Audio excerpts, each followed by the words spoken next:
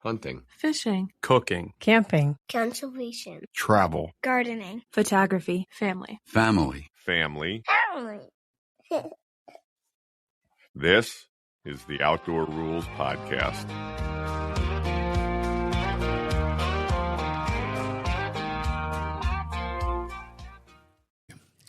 Hi, everybody, and welcome to another episode of the Outdoor Rules Podcast. We are taking full advantage of our time with Uncle Sim. Say hi, Simo. Hello. All right, Poppy's here too. Hello, world. So we've been doing a couple of things lately, and I know I said it before. I'm not sure what order I'm going to put these out in, but I think that there's two of the really interesting stories about this area, or the parts of the history of this area. One is about Hershey, Milton S. Hershey, and the Hershey Chocolate Company, and we've recorded about that. But the other one is the iron mining industry here. I think is really interesting, and it's really interesting for a couple of reasons. I made some notes here, but I'm going to quiz you, Simo. Do you know when they discovered iron here in Cornwall, Pennsylvania? I don't know when they discovered it, but I do remember there were signs in the charcoal furnace that said George Washington slept there when he was inspecting the cannons or cannonballs that they were manufacturing for the Revolutionary War. Yeah, you got that right. And somewhere along the line, they said we weren't quite meeting the specs that he was asking for. So evidently, they had to improve the quality of the cannons. Dad, do you know who it was? Do you remember the guy's name? Peter Grubb? Yeah, you're right. It was Peter Grubb, and the discovery of magnetite was made here in the 1730s. Yeah. So long before we were a nation, they discovered iron here, and it was so plentiful that the mineral was right up on the surface. They could literally pick it up off the ground, mine it off the surface. That's true. I can remember during the Second World War going around on the hills and picking up rocks and putting them on piles. And if you could hit them with a hammer and break them open, and if part of it broke open and there was orange inside, the color of orange, that was acceptable for what they would accept.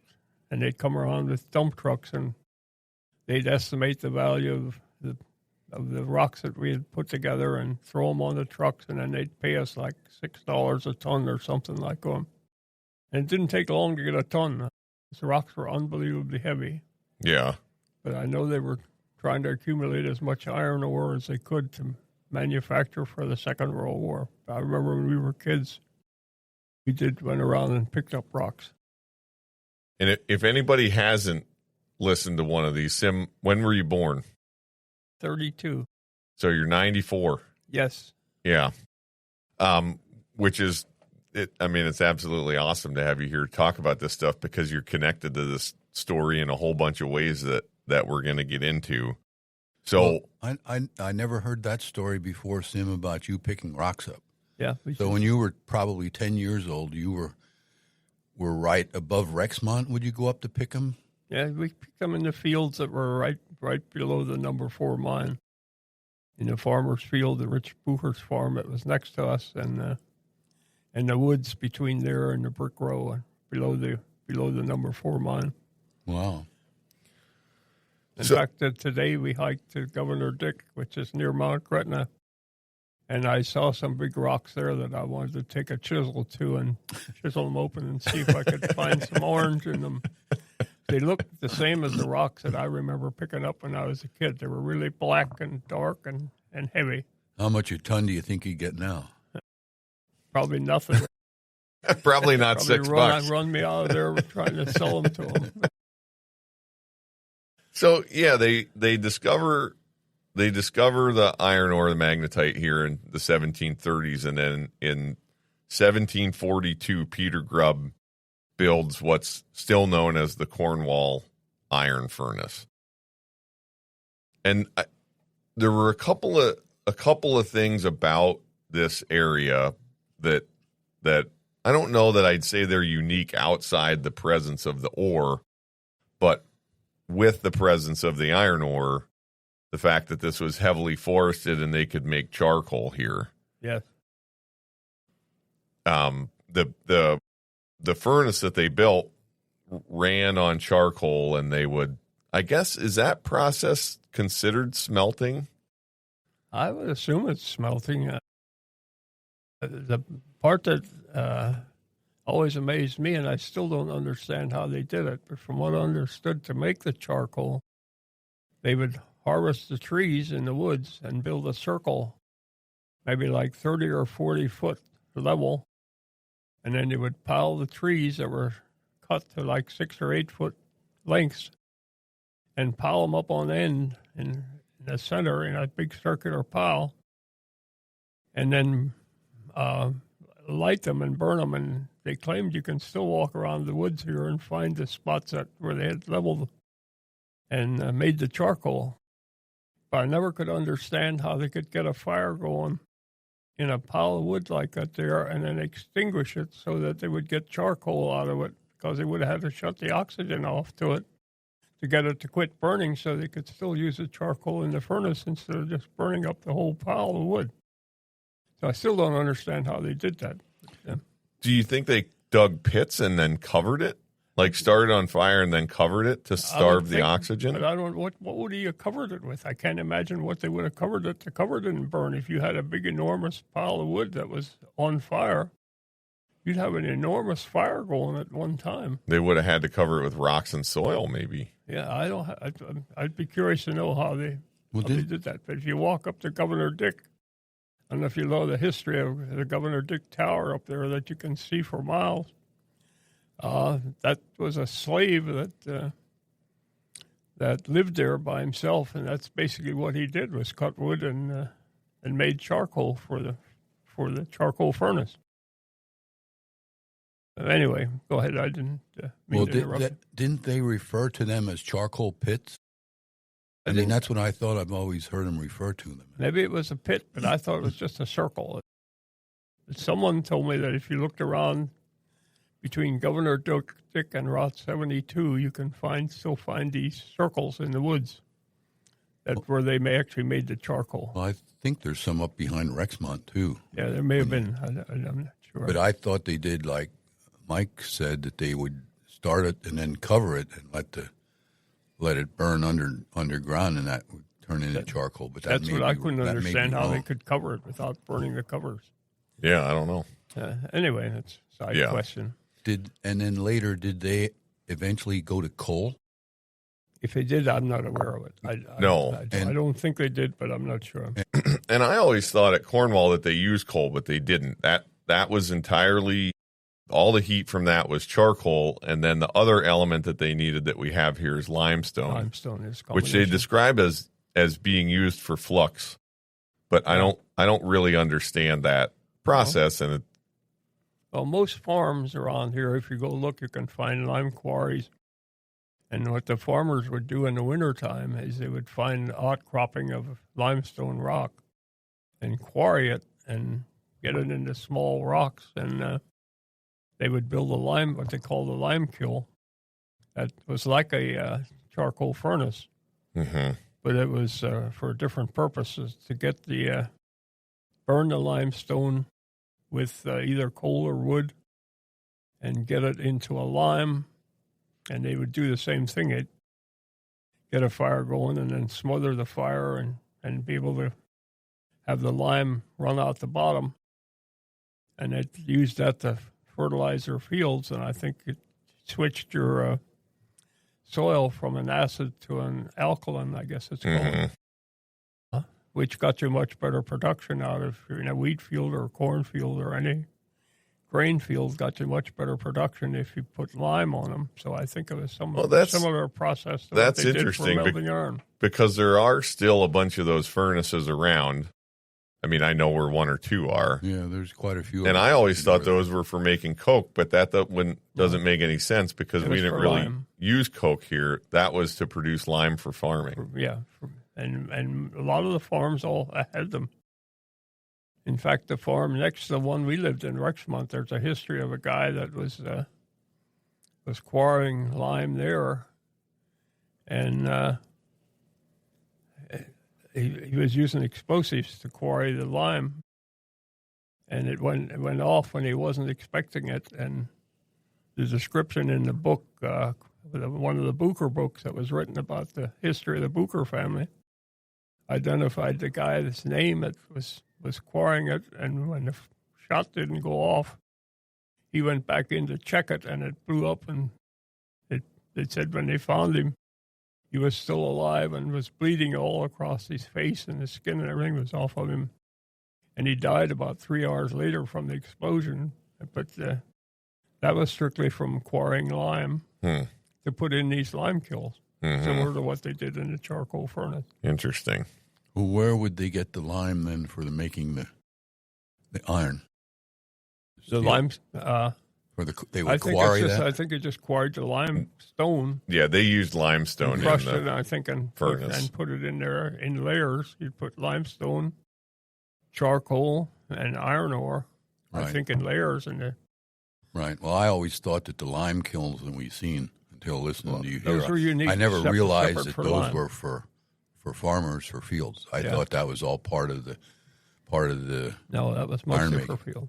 And I mean that is why, though, this area was good for making iron, because we had all the materials that they needed. The limestone country was Right. Yeah, and the limestone soil. I mean, the fact that we have limestone does give us basic soil. That's part of why we have such high quality farm ground here. Yeah, and it's also why you had the ability to make iron and steel, because you had the lime too. That Right. you look at Bethlehem Steel had an enormous lime quarry here by Anvil that on both sides of Route 422, where I remember we sold them Joy mining equipment when I worked for Joy selling mining equipment. Sold them equipment they were using and actually had tunnels across under Route 422, quarrying limestone. And I remember being in coal mines in Evansburg, PA, that to neutralize the water coming out of the mines, they would haul 5 or 6 tractor trailer loads of lime from the lime quarries in Anvil up there just to neutralize the water to keep the streams from being acid. Yep. In central Pennsylvania. So there's a lot of limestone was used in mining in a lot of places. That's maybe a side subject. Well, yeah.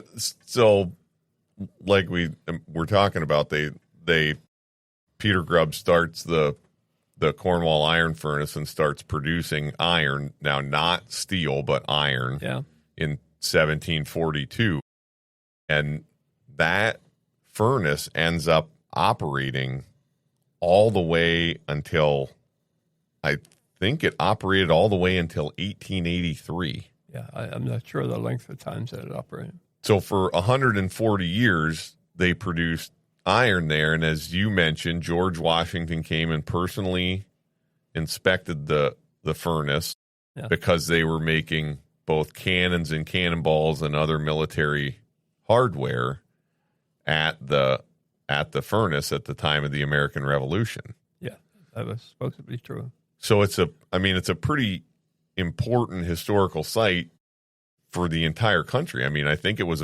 obviously if George Washington personally came and visited, it must have been pretty important to the Continental Army to have that production of iron there. Yeah, I think that was true. And even then, after the iron furnace shuts down and the world kind of moves to steel through the Bessemer process, right? Wasn't that like the Bessemer process was the open kiln process or whatever? Yeah, I'm not sure all the processes that they used for making steel, but there was 4 different types of iron ore. I think magnetite is the dark one, and it was the only one I think of as magnetic. I think there was a hematite and a siderite and something else that mined in other places. It was usually a red ore. In most cases, you went around the mining town in Alabama where they mined iron ore. The hillsides and everything were red from the ore, which was red. But here in Cornwall, everything was black and unbelievably dark gray. So and that was considered magnetite and magnetic. Yeah, and while the furnace was operating, and then, of course, after the mine at Cornwall, the iron mine continued to grow and get bigger. It was the largest. It was the richest iron ore formation east of Lake Superior in the United States. So for quite a long time, it was a primary source of iron ore for the entire country. And even though eventually steel production mostly moves west, which we'll get into, it still maintains its importance as a mining site. Yes, that was true. And so when you grew up here in the 1930s and 40s, we kind of talked about Hershey chocolate and that as an economic driver, but really specific to this area, the main economic driver was the Cornwall iron mines, correct? In my young life, yes, that was the main driver in our was the iron ore mines. You had an under a open pit mine, which I think I remember being the second largest open pit mine in east of the Mississippi, and so it was a major source of iron ore. And then they had the two underground mines right next to the open pit. One went down under the open pit, and the other one was just a little east of the open pit. So it all involved in mining the same iron ore. When the overburden got too expensive to expose the iron ore, then they went underground. And it was a less expensive way of mining the ore. And we've talked about in previous podcasts, like in the episode that we did with you about winter on the farm, we talked about the farm being at the base of the hill at Rexmont, Pennsylvania, which was a small town. Rexmont was essentially a company town, right? Rexmont, not quite as much as the mining towns that were right around the mine. Which were? The mines the mining towns circulated around the mines. One of them was called the Brick Row, which is a row of brick houses, probably 15 or 20 homes in a row. And then if you went around the other side, there was a town called Bird Coleman. And then there's another town called Miners Village. And then there's another town called Goosetown. I think the older name for it was called Anthracite. And then there was another town where the foreman and the management people lived, and it was called Toy Town, which was right close to the school and the Catholic Church and the Methodist churches that were right around there. And what we're talking about, it was all Bethlehem Steel, is that correct? Yes, the whole borough was established to satisfy Bethlehem Steel. They basically controlled everything that went on in the borough. So we lived with probably next to no taxes for real estate taxes or road taxes or anything like it there. Bethlehem paid them all. They supported the schools, and they basically controlled everything that went on in the borough. Yeah, and it was eventually all owned by Bethlehem Steel, but it passed from Peter Grubb to the Coleman family, which is a really famous, if you're from this area, you've heard of Coleman Park in Lebanon. The Colemans family held it privately. Yeah. And then there's a couple others. When we talk with Dale Snyder, your sister Verna, who was his mother, worked for the Buckinghams. They were involved. They were together and then eventually married, to combine families. And then the Aldens, which I'm sitting here in my mom and dad's patio. I'm looking at Alden Lane out the window. So the Alden family was another one of these kind of like iron baron families. All related and made their money from the iron furnaces, iron production. Right. And then eventually that private side of it all sold out to Bethlehem Steel. Yes. Yep.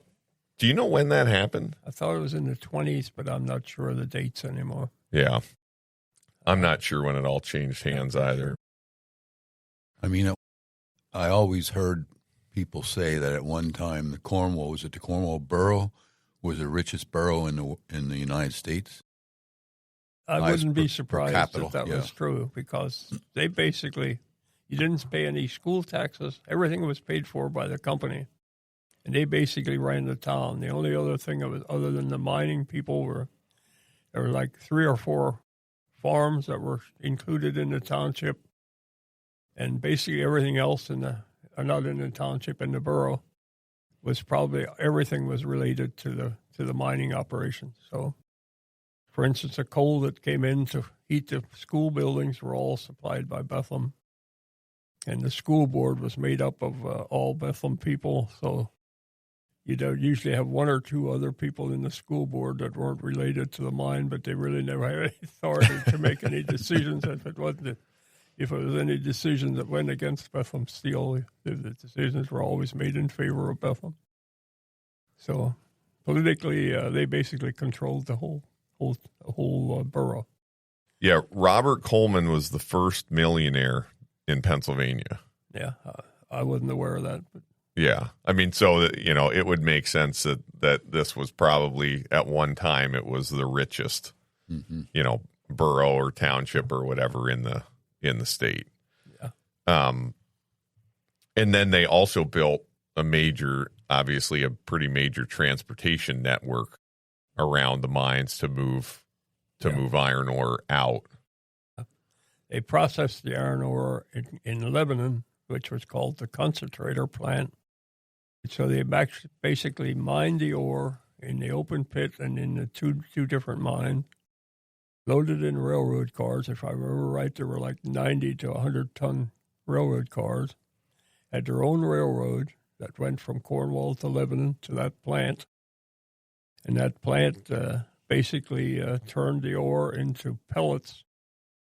And that was a major improvement in their processing of iron ore to get it into, to take all the impurities out of it. So you had pure iron ore that went into the iron furnaces.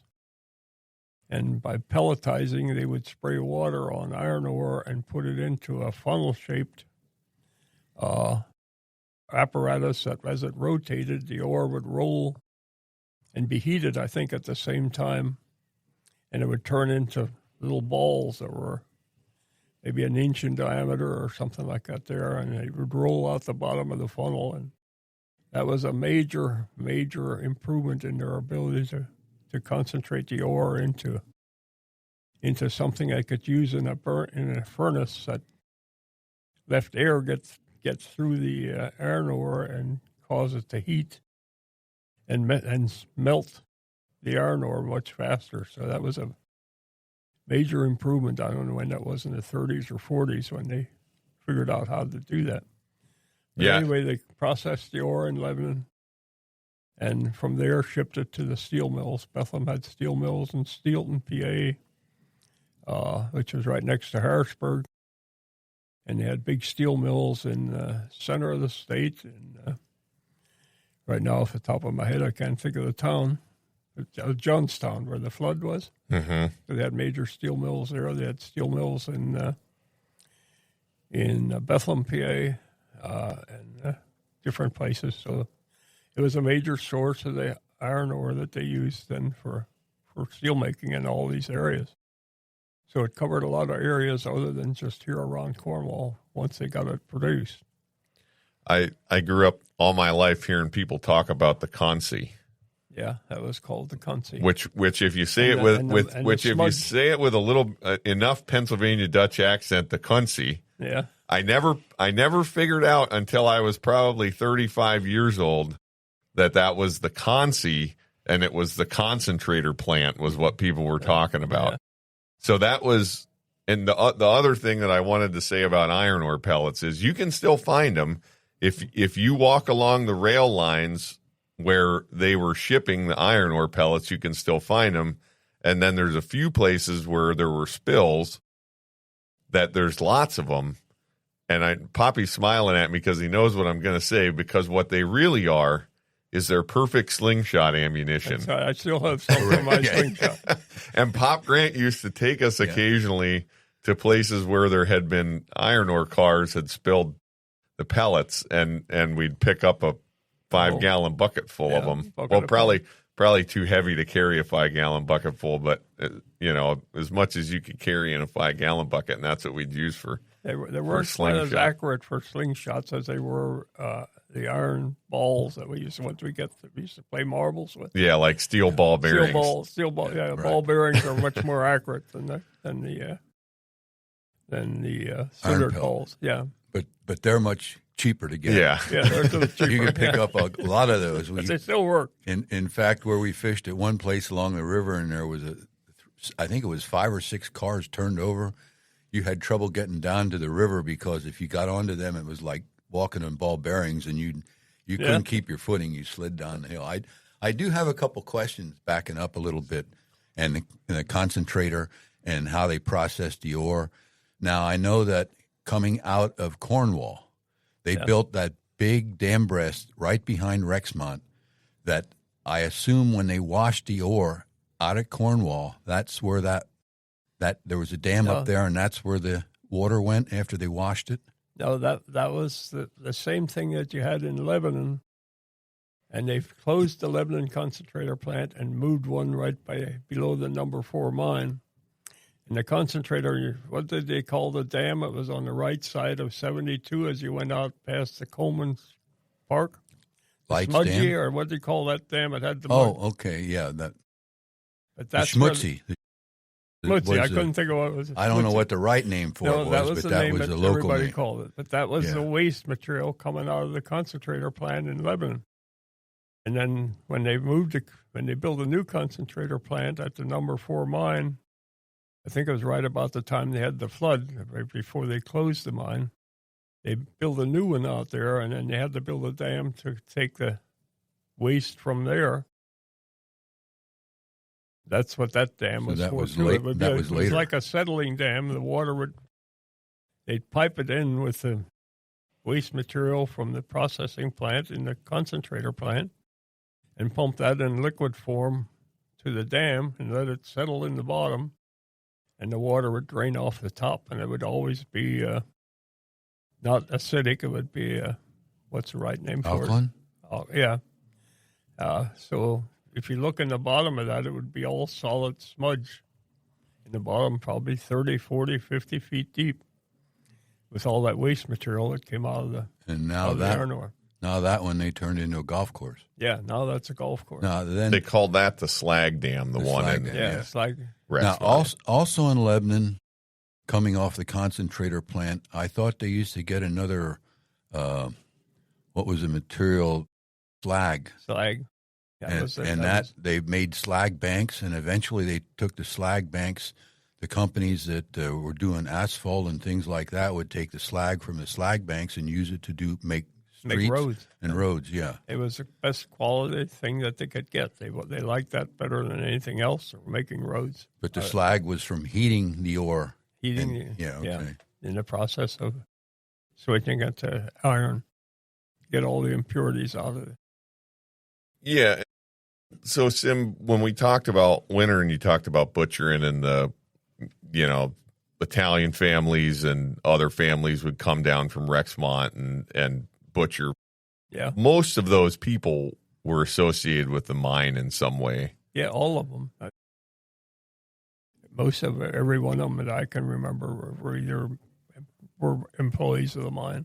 And so with that being a major employer in the area, your brothers, quite a few of you, ended up in mine-related work. That's true.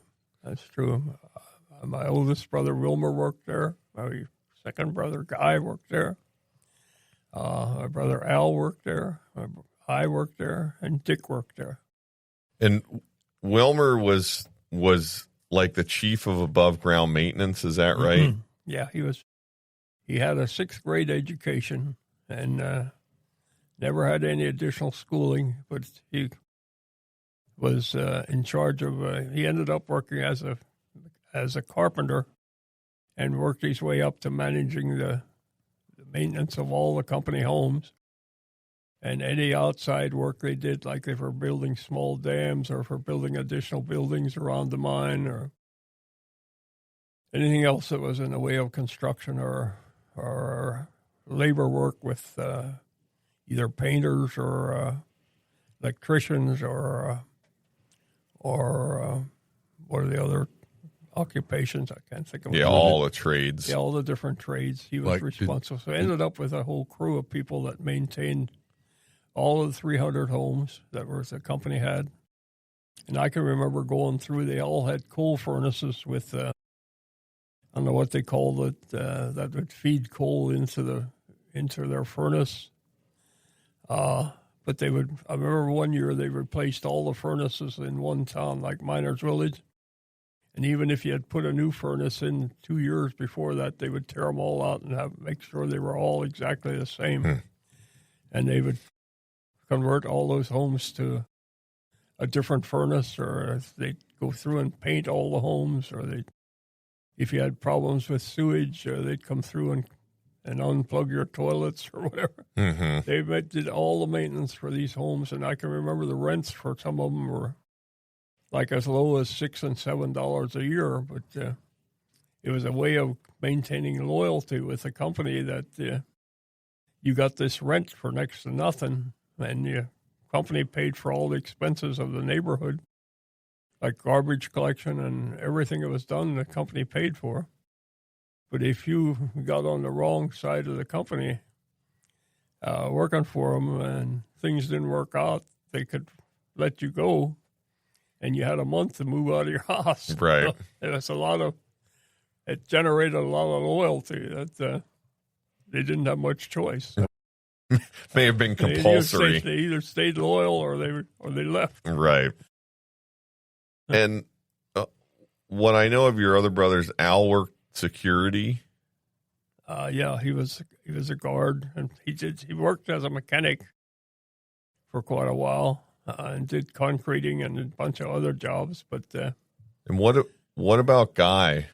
Guy worked there as a plumber in the crews that maintained the homes before the Second World War, and then when he was drafted in the war, he came back after that and worked for a little while, and then ended up getting a better job with the electric company in Lebanon, so he left after that. Did Dick work underground? He worked some underground, not very much. He worked mostly as trying to think what his description of his job was, but he was responsible for putting together steel structures and things that they had to assemble in the shop to take underground, to use underground. So they did a lot of maintaining of concrete mixers and tuggers that were used to drag scrapers around underground. So basically they did maintenance in the shop for things that had to go underground, mine cars, just about anything that required maintenance underground that they could bring out and repair in the shop and take back underground again. Sounded like he fabricated a lot of things. Yeah, did fabricate a lot of things. But then if there were major jobs that they had to do underground, they'd have to go underground too and work underground to install some of the stuff they made. So it worked both ways. It could be either working outside or under. But I'd say it was probably 80% of the time outside. Yeah. Now, I want to sort of get into the arc of your career, but there's something I want to cover first. You worked underground briefly. Yeah. And what I want you to tell us about that, and what I am really kind of fascinated by, because again, until I was an adult and it was you that explained this to me, like how the underground part of the mining itself happens. So talk about going, what you did underground, and then tell us about how they actually mined the ore. Okay, the ore was usually, in a body underground, like a big clump of ore in one place. And it might have been 300 feet in diameter, or it might have been the whole side of the hill. But normally what they did was they mined a shaft, a sloped shaft, under the ore body. Somehow they would use diamond drills, first of all, to locate the ore body. So they would set up either from the surface and drill core samples of the ore, and they'd bring them out and lay them in boxes that they could tell exactly what they were mining or what they were drilling through. And they would try to locate the whole ore body by these diamond drills. And then as they went underground, they would diamond drill everywhere they went to locate the ore body. So once they got the ore body pretty well located, then they would go put the shaft under the ore body, so they were in the rock below the ore. And once they got below the ore, then they would put haulage drifts horizontally under the ore body. And once you had a haulage drift in, then they would vertically, on either side of that haulage drift, they would put what they called slushing drifts. That would be up at like a 30-degree angle. And they would concrete those drifts, and they might be 50 to 100 feet on either side of the main haulage, right directly under the ore body. And then once they got under the ore body and the slushing drifts put in place, then they would drill vertically. They'd had holes in these slushing drifts like every 10 to 15 feet where they could drill into the side of the rock and then drill, once they get a spot under there, they would drill vertically up into the ore body and keep on going until they got to the top of the ore body. So that would be I'm trying to think what the right name for them was. But as you kept drilling vertically, it would be just a big enough hole that you could maybe 5 to 6 feet in diameter at the most, and you would set up, get up, keep climbing vertically with it, and you would build what they called a stage that you'd put pieces of tree limb, wedged them with sharped off edges with an axe, and wedged them into the rocks and put 2 of them across one way and 2 the other way. And then you pull planks up and lay planks on that stage. And then you'd pull your hand drill up, or not a hand drill, but an air drill up on that stage. And then you would drill holes vertically, and maybe 6, 8, 10 holes. And then you would load them with powder and then put the fuses in them. And then the people that were mining the furthest back in the mine would light their fuses toward the end of the shift. And then as you kept going away from toward the mine shaft, the guy in the back would light his, and then the guy next would light his, and you kept going until you had all of them lit. And then you rode your haulage drift out to the shaft. And by the time you got to the shaft, the shots would be going off in the back of the mine where you left. And so they would shoot that ore down, and then they'd leave air hoses in there to get the smell of the powder out of there, because it would give you a headache if you stayed in there. You could always get headaches from the smell of the powder when they made the shots. And then everybody would get out of the mine when all the shots went off. And then you'd go back in later with another crew, and you'd go back in and clean that whole area out, and get that ore or rock out into the slushing drifts, and the slushing drifts would scrape the ore down this 30-degree angle into the haulage drift, and you had a hole into the haulage drift where you'd have mine cars under it. And you'd load your mine cars from those haulage into that haulage drift. And then from that, you could haul that out to the shaft where they could dump it into mine skips, I guess they called them. And I hoisted it out of the mine to the crusher on the outside. So you kept on, once you started a hole vertically, I still can't remember the names of what we called those holes. But anyway, you kept going until you hit the iron ore. And then you kept mining through the iron ore, excuse me, until you got all the way to the top of the iron ore and you started getting into rock again. And each time you shot it, it would fall down this hole, and you'd have to get it into the slushing drift so you could scrape it out. So you'd be mining all of these ones, either side of the slushing drift. You would be drilling vertical holes.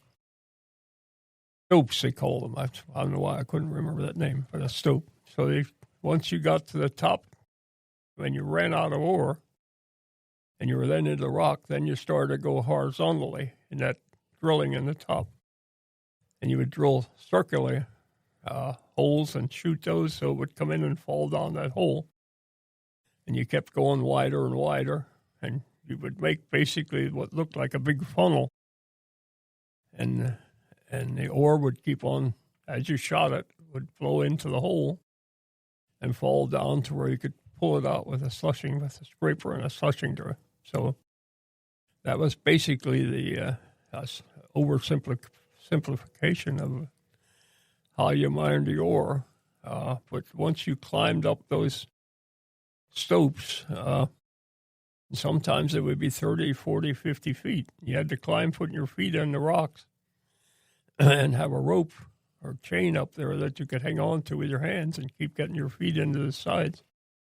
And once you got up there, then you had to pull these the helper, would tie the sprags, they call them, the pieces of tree limbs, pull them up, and then you'd wedge that into the wall, and then you'd pull another one up and wedge another one and build yourself a stage to stand on that was sturdy enough to stand on.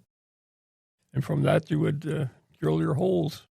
Either you drill them vertically to get to the top of the iron ore, or horizontally to get them once you were in the iron ore. And once you were in, you kept on drilling around and down, and you'd end up with a whole series of big funnels that funneled the ore that you shot. Everything worked vertically so that everything dropped down everything moved down until you got to the haulage drifts, and then from there you got it to the shaft and hoisted it out. So that was an oversimplification, I guess, of the mining method. But, I mean, you're talking about using a pneumatic drill to drill over your head. Yes. While you're standing on a stage that you built out of limbs and then planks. Yeah. Sometimes 30 or 40 or 50 feet above the slushing drift. Yes. It sounds like hard work. It was. It sounds dangerous because then you're loading it with powder and shooting it. And I was young when I did that. I was probably 21 or so. And I remember first starting to do that, and I didn't have enough strength to push the drill into the hole when you were drilling the hole. And you'd have to push that hard that I would piss myself. It took a while till I got enough strength to do that without having a problem coming out wet. And as you're building that stope, you call it a stope? Well, the stope was the hole going up. Yeah. Right. As you're building that, so you're drilling and then loading, and like you're saying, with powder, and then they'd shoot it. Yeah. Then, well, obviously, every time you come down, you have to take everything out because the rock or the ore or whatever, whether it's rock or ore, it's got to fall out the hole. Yeah. And then if anything gets stuck in there, if you don't load it and shoot it right, then you got to figure out how to get that stuff out, right? That's right. And that's the reason I ended up going to college. These engineers used to sit there and tell me, is that what you want to look like? You just look at these guys that have worked in these mines that are 30 and 40 years old. You can watch every one of them will walk with a limp to where the iron lump fell down and caught them on their foot. And my best friend that's still 95 years old that I went 12 years to school with was injured when he was 22 years old in that mine and still walks with a limp. And I remember my brother Dick making him a set of crutches with spikes on the bottom of them that he could still hunt at our deer camp with his broken ankle. And he still has those crutches that my brother made for him so he could hunt. But he ended up with, and just looking at all these guys, once they turned 40 years old, they looked like they were pretty well beat. And I thought that's not something I want to keep doing the rest of my life. But Well, because you could either get something wedged in there that you had to get out, right? Yeah. I mean, something would fall, and then you'd have to use a rock bar or something to try to. If it fell and it lodged and didn't fall down in the slushing drift, then you had guys that would shove long sticks that the people that cut our timber for us would cut long straight sticks that were 15, 20 feet long, and you would put a couple sticks of powder. If it wedged in the hole coming down, they would shove these sticks up in with a couple sticks of powder on and light them and try to blow them out. So when they'd blow them out, if it stuck and they got the stick up in there and got it wedged into the rock and put off a shot of powder or two, and oftentimes they could break it loose. Well, they had to break it loose, otherwise they couldn't get back up to keep mining. So you'd have to keep doing that. And I'm trying to think of what the definition for the guys that basically their skills were in doing that. But their skills also ended up with them having their legs usually butchered up with a hunk of iron that wasn't a foot in diameter, could take your leg completely off. Yeah.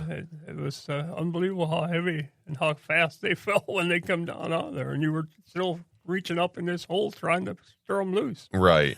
Well, and I would imagine you could also climb up there and find something that was loose that you couldn't see or you didn't know until you got up there. You never took the risk of climbing up in there. You never, once that was wedged. Well, no, I don't mean with something wedged that you could see, but if you got in there and there was something still stuck on the side that you didn't see and it came loose, it could. Each time you started to go back in to start drilling your new holes, the first thing you had to do was scale the sides of everything going up there and take every loose rock and pieces, anything that you found, climbing back up. Yeah. You had to scale that all out first before you tried to build your platform. It's just a dangerous occupation. It seems so unbelievably dangerous. And one of the experiences I had that I remember very distinctly, when I was a kid on the farm, I used to hear them talk about putting off sticks of powder, and it always scared the crap out of me. The first job I had for the first week or so, when you were in there until they decided what your permanent job was going to be, you were assigned to two of the Italians that were in charge of the tracks, maintaining the tracks in the mine. And one was named Angelo, and the other was named Tony Bisciotti, and he could barely speak English. And he was always a character, and he was in charge of the track, so they'd assign you to doing track work for the first week or two. And I remember at lunchtime, sitting along the side of the track eating lunch, and one of the guys that I went to high school with that was a miner and knew me came in there, and there was either a miner or a miner helper, I'm not sure what he was, but he was hauling a box of powder in to load his shot for the day, and he sat down with us and had the open box of sticks of powder and sat in them. And I thought, he's totally nuts sitting in that damn powder. And then he stood up and ended up a cigarette. And that set me off. I took off running off the haulage drift because I thought sure as hell he was going to blow the whole mine up. And I learned afterward you can sit and smoke cigarettes and powder, and it would never explode unless you had a cap. You need a cap. And I didn't know that at the time, but he sure did a good job of educating me fast. And when you say powder, you mean dynamite? Was it TNT? At that time, I don't know what it was, a mixture of fuel oil and what was the powder we used at that time? Yeah, fuel oil. And sawdust and something. But the sticks were made in, I don't know, 1.5 inch diameter, 2 inches maybe. Mm. I don't know how long they were, a foot long or maybe longer. But you need really... You shoved them in the hole, and you put the cap in the last one that furthest in the hole, and then you strung these fuses all the way down to the slushing drift. And then at this time of day when everybody was finished mining and was ready to shoot, as you went the further people that were the furthest back in the mine would light their fuses, and they'd set them long enough so that they all pretty much went off at the same time. So they would light theirs, and they'd come back to our slushing drift and tell us that they were lit, and we could light ours, and we'd light ours, and then we'd go out to the next one.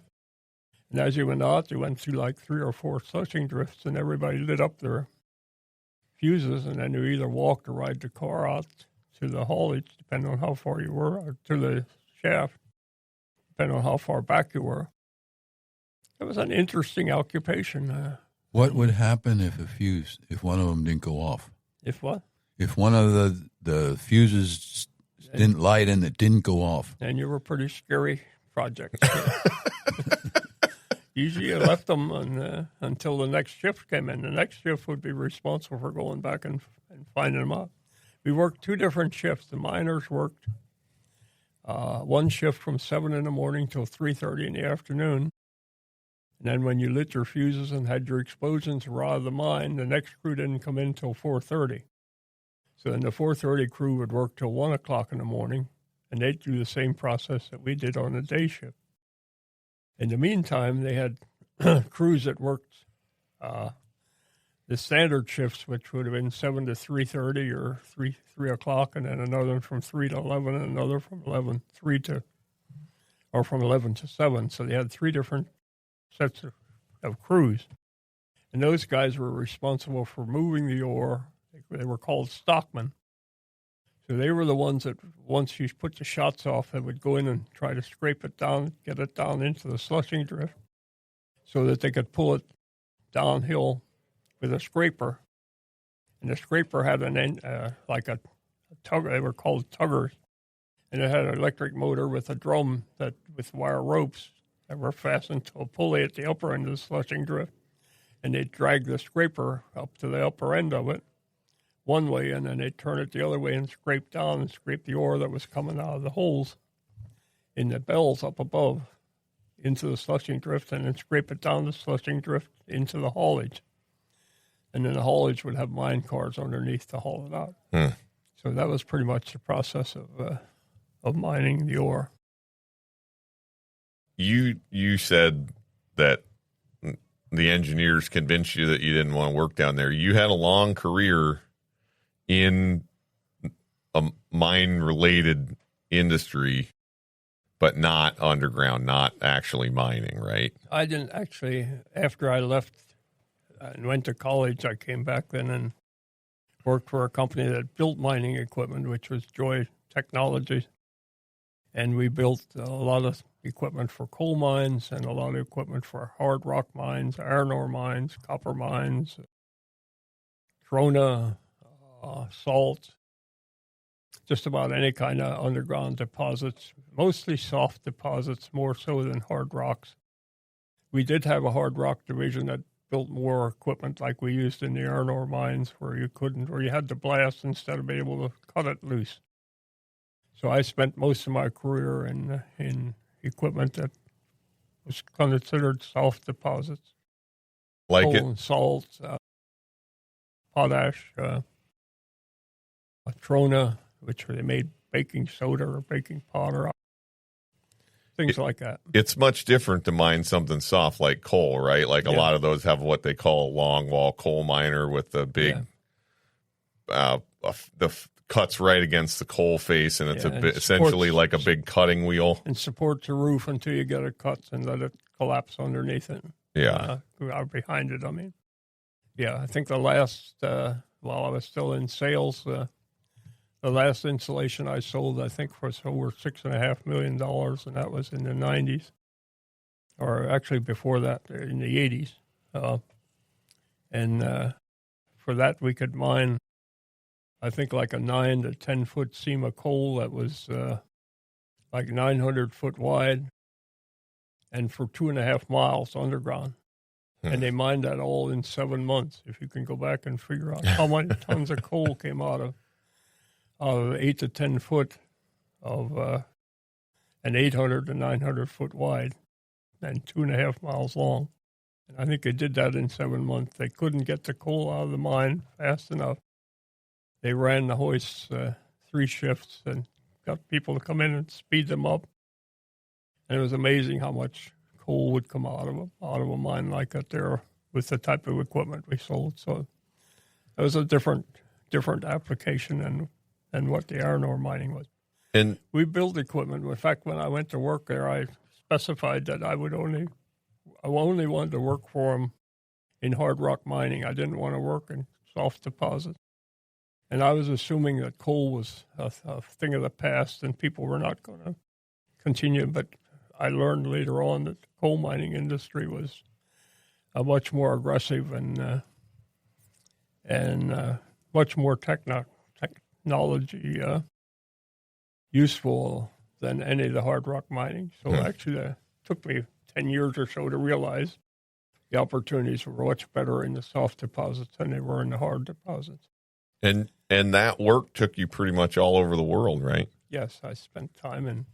I would guess that I probably was in between 250 to 350 different mines all over the country, in Mexico, Canada, Scotland,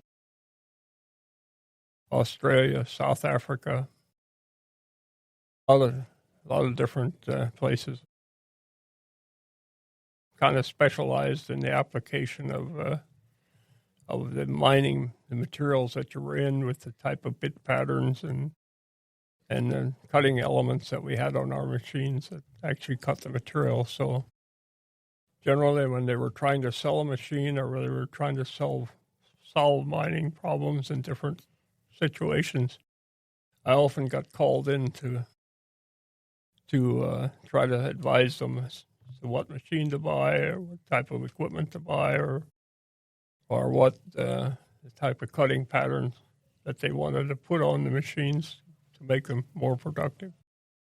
It's pretty much what I did a lot for the last probably 20 years or so when I worked. So from a farm at the base of a mining town to the mine itself and then all across the world. Yeah, true. Pretty rich, interesting career. Yeah, I always found it totally fascinating, all the places that you had managed to get that to take you. Yeah, it was a lot of times a lot of problems, but also an interesting career. It was a new ball game every day. Yeah, and I think it's interesting, too, that there's a lot of places where there are mines that people don't think about or don't understand. Isn't there? A lot of unique, especially in salt mining. It's amazing how many salt mines you find. That there's salt mines under Cleveland, there's salt mines under Detroit. Isn't there one under Lake Pontchartrain or somewhere in Louisiana? Yeah, there's one. I don't know if you remember hearing the history. I went to where it had a dam, a big lake or something, and the top it had a salt mine underneath. And somehow they were drilling for oil. Oh, no. And they were drilling for oil, and they didn't realize that they had drilled into a salt mine. And as the lake started to drain down that drill hole, it kept eroding the salt until it filled the whole mine and drained the whole lake. And the hole kept getting bigger and bigger as the water started draining through there, eroding the salt. I've been in that mine half a dozen times. In fact, I used to enjoy going to Louisiana. There was a bunch of salt mines down there that were really interesting operations that I wasn't normally accustomed to seeing the type of mining that they did. For instance, one of them I went into had a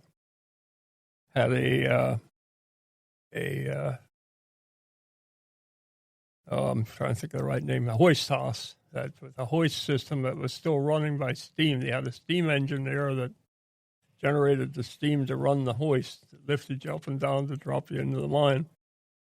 And the guy made me take my shoes off because he didn't want his rugs to get dirty in the hoistman's cabin. And I thought that was pretty unique. And if you spend a day in a salt mine down there, you'd come out and it was your mouth would be completely dry and everything would be salty. And one of them we used to ride out in a Second World War landing craft. I don't know what they call them anymore. we'd ride out. The mine was built out in the Gulf, maybe 3 or 4 miles, but they somehow built an island out there so they could drill down in and get into the salt mine. And I remember we rode out early in the morning in the dark, got there and went underground all day and came out and got on that barge and got in into the little town that was there. I don't know the name of it anymore. But I was so thirsty and my mouth was so dry from salt. And they took me to a bar that was serving crawdads. And they actually would take the crawdads and take the little bit of meat off the back of a crab or a crawdad and put them in a big pot and boil them. When you sat down at the table, you wanted to know how big a pot you wanted. And they would come out with a big pot, steaming hot crawdads, and dump them on your table. And the water would run off the sides of the table onto the floor. And we sat there and they'd have these sauces to drink, or sauces to dip them in. And the dip was so hot that I couldn't eat it anymore. I said, this stuff is too potent for me.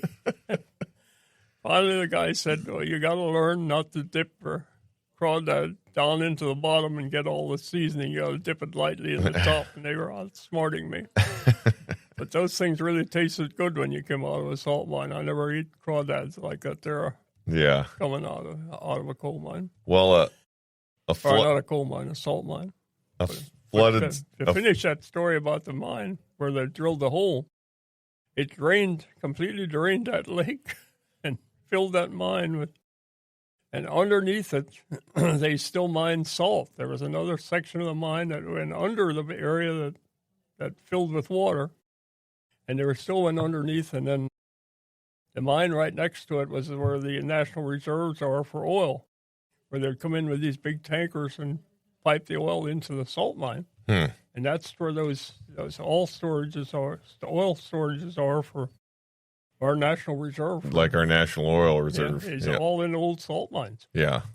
Yeah, it's interesting. Well, a flooding salt mine kind of brings us to the conclusion of this story, actually. Dad, what happened to the Cornwall iron mine in the end? The flood, what we call the flood of 72, which was Agnes, came through, and it was a horrible flood. It filled the open pit with water. All the equipment was down there yet. I think there was a shaft at the bottom of the open pit. The number 3 shaft went under the open pit, so it flooded that completely. So everything got flooded, and I guess I don't know if the deposit was pretty much used up, and that it wasn't profitable anymore. I think they were getting close. I think they were a couple of years from running out of ore anyway. And they just decided to stop mining. Abandoning that. Well, they did. After that happened, they opened another new mine, which was between the number 4 mine and the open pit that was close enough to the surface that they could surface mine, like the open pit, but it was just a small operation, and they kept their concentrator plant and the mine going for a couple of years after that. Well, Uncle Sim, thanks for telling us the story. Yeah. Maybe didn't do that great a job, but no, this may have not got it all exactly right. So if you're going to have a bunch of miners listen to this, know more about it than I did, they can correct me. Yeah, well, send us angry emails. We don't mind. That's right. No, I mean, I think it's an amazing part of American history.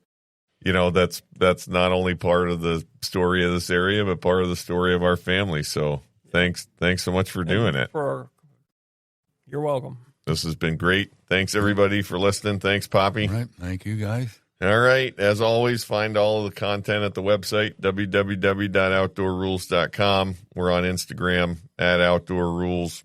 Send us angry emails if Uncle Sim got anything wrong. We really want to know about it. outdoorrules@gmail.com. Thanks again, guys. Thanks.